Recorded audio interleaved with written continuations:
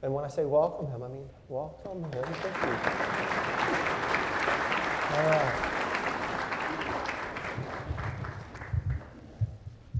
Go ahead and have a seat, Jacob.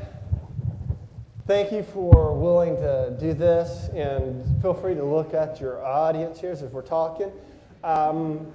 Jacob, as I understand it, you grew up in this church, is that right? Yes, that is correct. So how old were you when you came to this church? Less than a year, probably. Zero.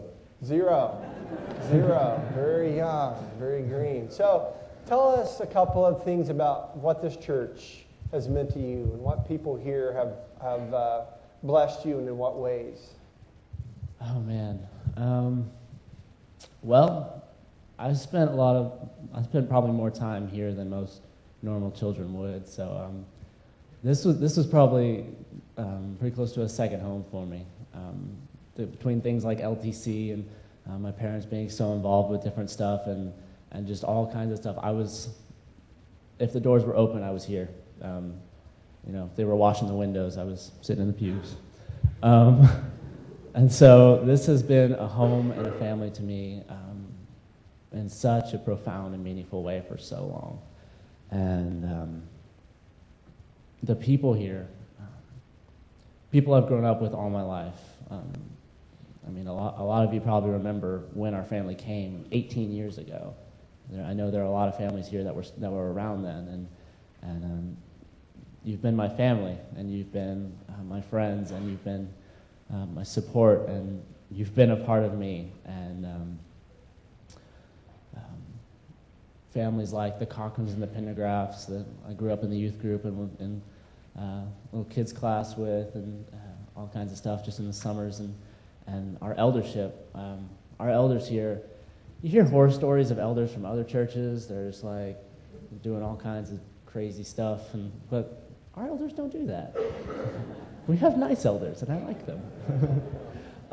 The elders are people I've grown up with too. They've always been around. They've always been a source of wisdom and encouragement and development for me and for a lot of the youth here. So.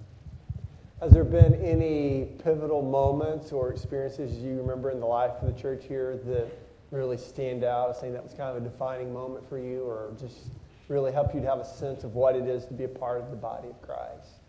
Well, we got new carpet in here. That was pretty. That was good. No, man. I don't know. It's just been a lot of the major events in the life of this church. I've been a part of or whatever. When we've had new staff members come in, when we've had it's all kind of compounded, I guess, into I can't really think of one specific defining thing. Well, you mentioned your parents, your dad. Those of you Amers, his dad was the guy that was standing here in the middle a second ago, Tom. And your mom obviously is very involved in the life of this church and has led in many different ways, helped with leading, coordinating, make sure everybody had a place to sleep this weekend. And you're welcome. And with the ladies' ministries and different things like that. So how has their example and their teaching and just their life shaped your faith and shaped Christ in you in some ways? Well, they're the reason that I've been here so long. We've been at the church because of them and because they were such a part of it. I don't think I've ever seen someone give so much of themselves as my parents do to others. Not just, Sunday mornings and Wednesday nights when they're here, but every day of the week. Something I've just noticed recently, actually, is that it's something that's gone on for as long as I can remember, but I just realized it was a big deal, that so often people come to my parents for advice, for wisdom, for strength and encouragement. We've always had people in our house just talking and visiting, and my parents are smart people, and I guess what I've really learned from them is what it means to give your heart over to people. A a lot of our youth, a lot of our young married couples, a lot of our young professionals come to my parents for just kind of a role model or whatever you would call it, just for that wisdom. And that's something that I took for granted for a long time, but they really taught me, they instilled in me very early what it means to devote yourself to a church body and to the faith and to all these things, and to really make what you believe a part of every part of your life, your job, your friends, your family, everything. I mean, the church and our faith and what we believe has been part of our family for so long that at times I just kind of took it for granted. And when I'm not around them, it kind of reminds me of just how deeply instilled it was in everything.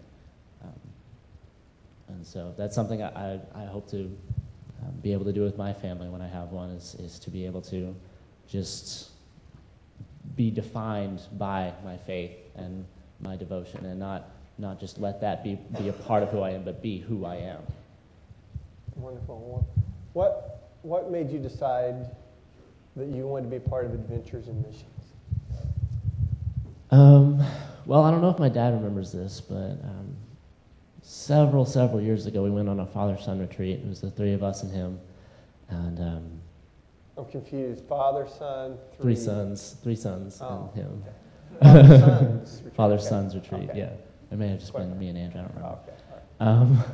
But on that retreat, I promised him that I was going to go through the AIM program, and this was at least 10 years ago, and I completely forgot about that promise.